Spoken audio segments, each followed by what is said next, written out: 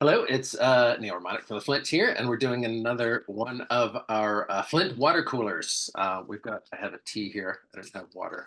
And I'm with Carrie Wootten. Hi, Carrie, do I've you have got a my tea? water. I've got some. I've got water. You actually have water. That's amazing. I actually have water. I'm good. So, Carrie is the co-founder of the Global Media and Entertainment Talent Manifesto. And we just wanted to have a chat about this work she is doing and also about the World Skills Café, which is coming up at the IBC Show in Amsterdam in September. Mhm. But yeah, so Carrie, maybe just kick us off with telling a little bit about who you are and what you've Mm. done and what kind of brings you to the Skills Cafe. Oh, goodness. So who I am, I've been working in the industry for quite a while now, and I started off my career kind of actually in production, I spent some time on EastEnders. You can see an EastEnders sign behind me that I brought out recently, and then spent a significant part of my career working at Ravensbourne University, where I was the head of commercial development and partnership. So that really brought me into the broadcast industry and the world of media technology.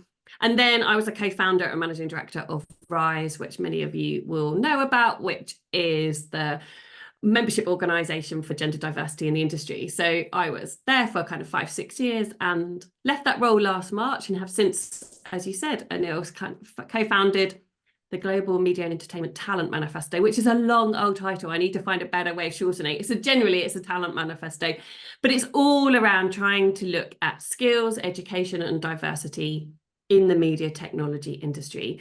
We know that there is still, even though the industry is in such a volatile place at the moment and seems at a critical juncture, there is still a real skill shortage in engineering and technical roles specifically.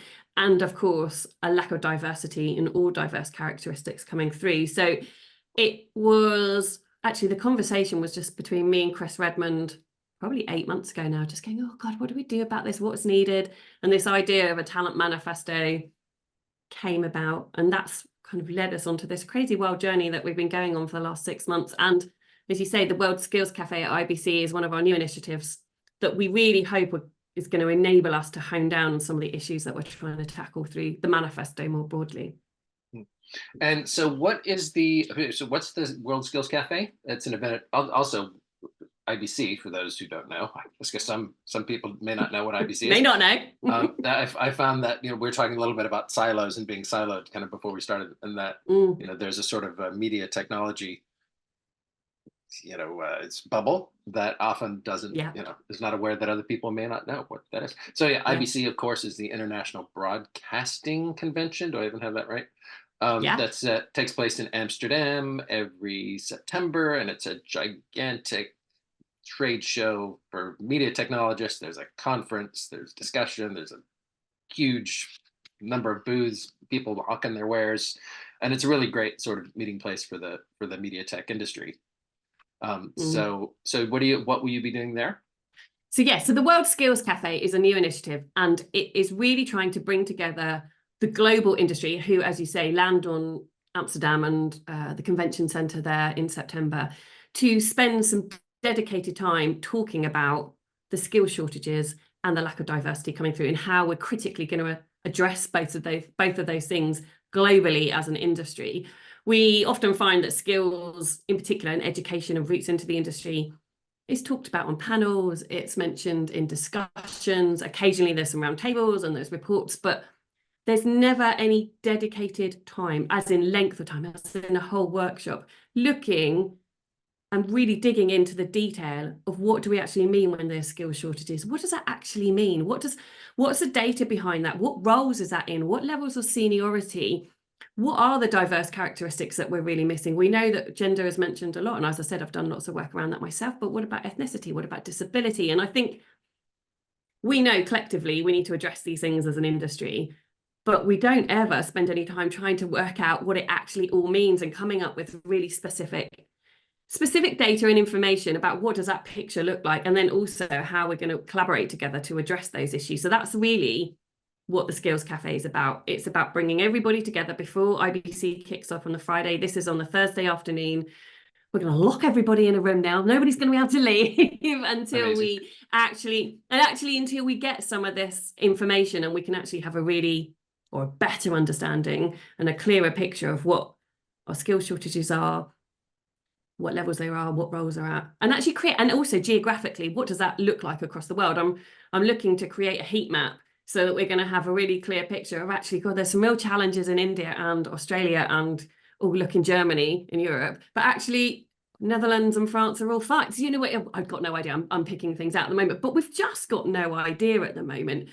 We hear at events in Australia, like I heard a panel discussion from SVG, I think that was maybe actually about a year and a half ago now, where they're like, God, it's a global issue and we need some kind of organisation to hold it together. And that's kind of filtered into the discussions as well, going, right, okay, well, let's do that. We know that we all meet at these specific times in the calendar, whether, as you say, whether it's IBC or NEB, like we all collectively, globally come together. Let's spend some concrete time trying to unpick this and work out what that picture looks like. And then, and this is a critical bit, get those individuals in the room to commit to actioning some change within that next year, so that when we come back to IBC in 2025, we will have this document, which will be a live document that anybody will be able to view. Those commitments will be public, and that we can review and assess and see where we're at, because we know that, well, education is changing rapidly, the industry is changing rapidly, the skills that we need is changing rapidly.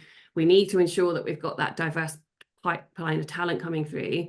So if we've got this kind of annual cycle where we can start to review and assess and understand, then actually we've got a better chance of understanding what on earth is going on and working together and actually understand, and knowledge sharing between each other. I think that's a thing. I've heard of lots of great programs and initiatives, like small kind of pockets here and small pockets there geographically. But if we don't share that information, the industry as a whole is never going to change. And this is a sector-wide issue that everybody's trying to address, not just one company here or one company there.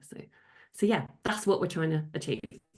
That sounds really amazing. And that idea of actually using the convention, using the gathering as a place to actually explore ideas is you kind of get into a habit of like, okay, you just go there and you kind of pick the tires on some tech and you go to a few conference sessions and you meet with your colleagues.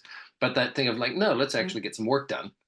Really cool. And I think it is that. Yeah, and it is. And I think this is it. So for people that are listening that are interested in coming, this is going to be really hands-on and practical. It's not going to be a sit down and listen to me speak or to somebody else speak, and there might be some panels. It's not going to be that at all. It's going to be really hands-on, practical. You're going to be working at tables. You're going to be putting stickers on a heat map on the wall. It's going to be really utilizing the information from you and your company so that we can work out what this picture looks like. So it's going to be very interactive. Going to be lots of conversations, lots of discussions around particular themes and areas. So yeah, for anybody that's coming, as you said, it's about getting the work done. It's exactly that. So will you, is there like a specific kind of methodology you're using for that, or is there kind of you have like some people brought in to facilitate that, or what? We'll definitely have some facilitators, and they will represent different areas. So we'll have some educators, we're going to have some people that are leaders in the diversity field, as well as those technologists. So there's going to be a real mixture of facilitators in the room to help us unpick those conversations. The structure of it will be dependent on the amount of people that we have in the room. So it's slightly kind of work in progress at the moment. So we launched officially last week and we've already got 50 people signed up, which is crazy and amazing. So thank you to everybody that's done that already.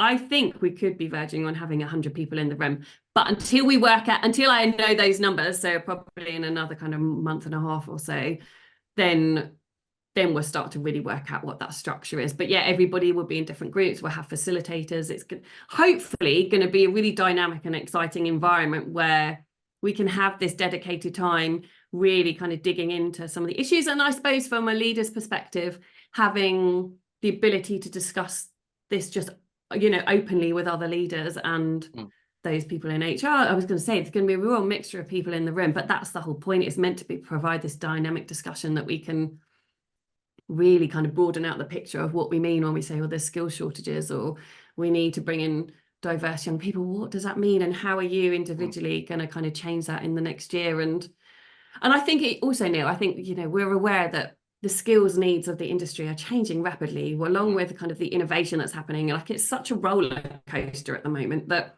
having any space to talk about skills, but also think about and have the headspace to go, God, what is it we need in the next 2 to 5 years? What does that even look like?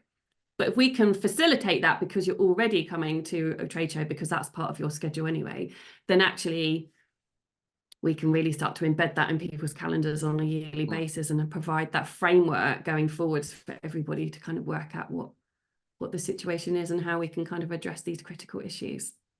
Yeah, that's amazing. And I would think just that thing of getting, you're saying like just defining what you mean by diversity, and kind of why. I think there's it seems around diversity, there's a lot of that, like, well, I'm kind of doing this, but I'm not really sure why we're doing it. I guess because it's a good thing, maybe. And like sort of getting concretely like, no, why? Do you need to do it? Yeah. Why do you? I mean, there's lots of great research out there for the why, and I don't need to go into that in detail here now. But and if anybody wants to ask me about that, then please, drop me a message on LinkedIn. But absolutely why, but also what does that mean for us as a company, and how are we looking at that? And I think, again, because the industry is at such a critical juncture at the moment, diversity and inclusion is one of the areas that does get lost. It is one of the first things to go, and there's lots of kind of reports and articles in the trade press about that at the moment, about how people in those positions that are looking after DEI in companies are being cut. So I think it's critical and really, really important now more than ever that we ensure that we embed this into our conversations. But yeah, just looking, and I think this is the thing, those people that are coming to this session will need to understand some of the data internally within their company so they can kind of be really clear about where their gaps are and what they're trying to achieve, both from a skills point of view, but also from a diversity perspective too. And I think people need to be honest as well. Like, we've got to understand where a baseline is, where we're at now, because unless we understand where we're at now, we've got no idea about how we can ensure that we're progressing. And I think being open and honest about that is going to be really vital. And I think this is why hopefully it's going to be a really collaborative environment, because everybody's in a similar situation. We know about the lack of diversity in the industry. It's a well-trodden discussion. But let's kind of come together and see what's worked in other companies. Because as I said, there are initiatives around diversity, inclusion and skills that are working. So let's kind of learn from each other and look at how initiatives can be replicated or be scaled. And I think that's what I'm hoping to get from this as well, is really understanding what's happening on a global scale across the world. What initiatives are working? What isn't working? How can we learn from each other? What does that mean individually? What does that mean as a department, as a company, as a collective? Like, let's pin some of this down, and hopefully we can then start to move forwards. That's amazing. Well, I will not be able to be there because we'll be doing the Flint Green Line on that same day.